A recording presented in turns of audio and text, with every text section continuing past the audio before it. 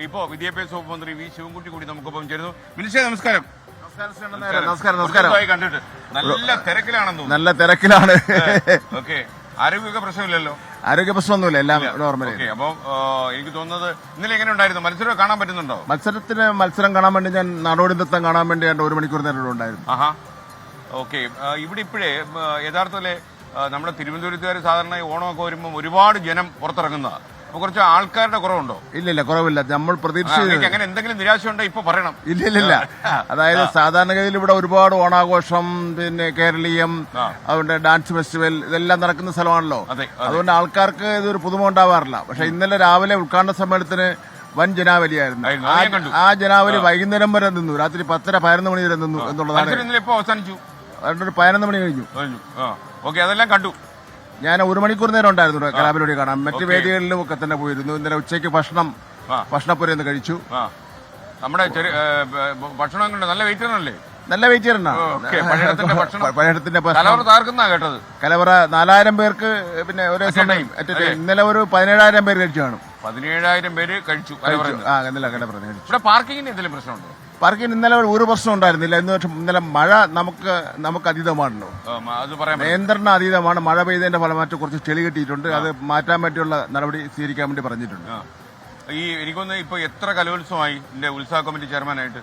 ഞാനിപ്പോ കോഴിക്കോട് മന്ത്രിയാകുന്നതിന് മുമ്പ് ഇത്തരം ഞാൻ ഈസ്റ്റ് മണ്ഡലത്തിൽ MLA ആയിരുന്ന അവസരത്തിൽ പിന്നെ അന്ന് പ്രോഗ്രാം കമ്മിറ്റി ചെയർമാനായിരുന്നു. അതുപോലെ തന്നെ പിന്നെ നമ്മുടെ സർവകലാശാല യുവജനോത്സവം അന്ന് ശ്രീകണ്ഠനായരൊക്കെ ഉണ്ടല്ലോ. പിന്നെ തീർച്ചയായിട്ടും പിന്നെ നമ്മൾ ഒന്നിച്ച് ഒരേ കാലത്ത് ഫൈറ്റ് ചെയ്തില്ലേ? ഓക്കെ, ഇത്തവണ ഈ വേദിയിൽ മത്സരം തുടങ്ങാൻ പോകുന്നു. മത്സരം തുടങ്ങാൻ പോകുന്നു 9:30 മണിക്ക് തുടങ്ങും. പിന്നെ അപ്പൊ കുറച്ചുനേരം ഇവിടെ ഉണ്ടാവും അല്ലേ? കുറച്ചുനേരം ഉണ്ടാവും. അപ്പൊ അങ്ങ് നമ്മുടെ ഈ പ്രേക്ഷകരെ കണ്ടുകൊണ്ടിരിക്കുക നമ്മൾ ഈ സംസാരിക്കുന്നത്. ഈ തിരുവനന്തപുരത്തെ പ്രത്യേകിച്ച് നമ്മുടെ ജനങ്ങളിൽ നിന്ന് അങ്ങ് എന്താ പ്രതീക്ഷിക്കുന്നത് പറഞ്ഞാൽ നമുക്ക് ഈ ചെറിയ സംസാരം അവസാനിപ്പിക്കാം. നമ്മുടെ മത്സരം തുടങ്ങുന്നതിന് കുറുകയറി നിൽക്കണ്ടെന്ന് വിചാരിച്ച നമ്മുടെ കുട്ടികളെ പ്രോത്സാഹിപ്പിക്കുന്നതാണ് ഏറ്റവും നല്ലത്. സമ്മാനം കിട്ടുക എന്നുള്ളത് രണ്ടാമത്തെ കാര്യമാണ്. മത്സരത്തിൽ പങ്കെടുത്ത് അവരുടെ കലാപ്രകടനം അവതരിപ്പിക്കുക എന്നുള്ളതാണ് ഏറ്റവും പ്രധാനപ്പെട്ട കാര്യം. രക്ഷകർത്താക്കൾ തമ്മിലുള്ള മത്സരം ആവല്, പിന്നെ ടീച്ചർമാർ തമ്മിലുള്ള മത്സരം ആകല്. കുട്ടികൾ അവരുടെ കഴിവ് മാറ്റിവരയ്ക്കട്ടെ. അതിൽ ചിലപ്പോൾ ജയം ഉണ്ടാവും, പരാജയം ഉണ്ടാവുന്ന കുട്ടികളെ നിരാശപ്പെടുത്തേണ്ട ഒരു കാര്യമില്ല.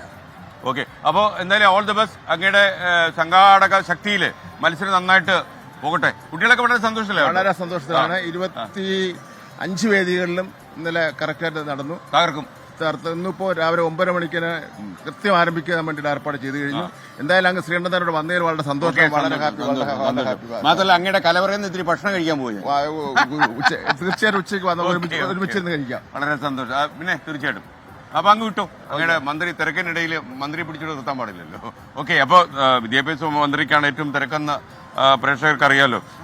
കാരണം ഇതൊക്കെ ഒരു പിഴവുമില്ലാതെ കുട്ടികളെ മത്സരിക്കുന്ന മേളയാണല്ലോ. ദേശീയയിലെ തന്നെ ഏറ്റവും വലിയ മേളയാണിത്. അതുകൊണ്ട് തന്നെ ഈ മേളയിൽ പിഴവുകളൊന്നും ഇല്ലാതെ നടത്തുക എന്നുള്ളതാണ് ഏറ്റവും പ്രധാനപ്പെട്ട കാര്യം. നമുക്ക് എന്തൊക്കെയാ വിശേഷങ്ങൾ? ഞാൻ നിങ്ങളുടെ അടുത്തോട്ട് വരാം. എങ്ങനെയുണ്ട് കാര്യങ്ങൾ? മത്സരമൊക്കെ കണ്ടോ നിങ്ങൾ? ഇങ്ങോട്ട് ഒന്ന് മൈക്കിലോട്ട് പറയും. ഇന്നലെ മത്സരം കണ്ടായിരുന്നോ? ഉണ്ടായിരുന്നോ? ഇവിടെ എന്തോ നമ്മളെന്തോ പൈസ വാങ്ങിച്ച് തിരിച്ചു തന്നില്ലെന്ന് നിങ്ങളൊക്കെ ടെൻഷൻ ഇരിക്കുകയാണല്ലോ.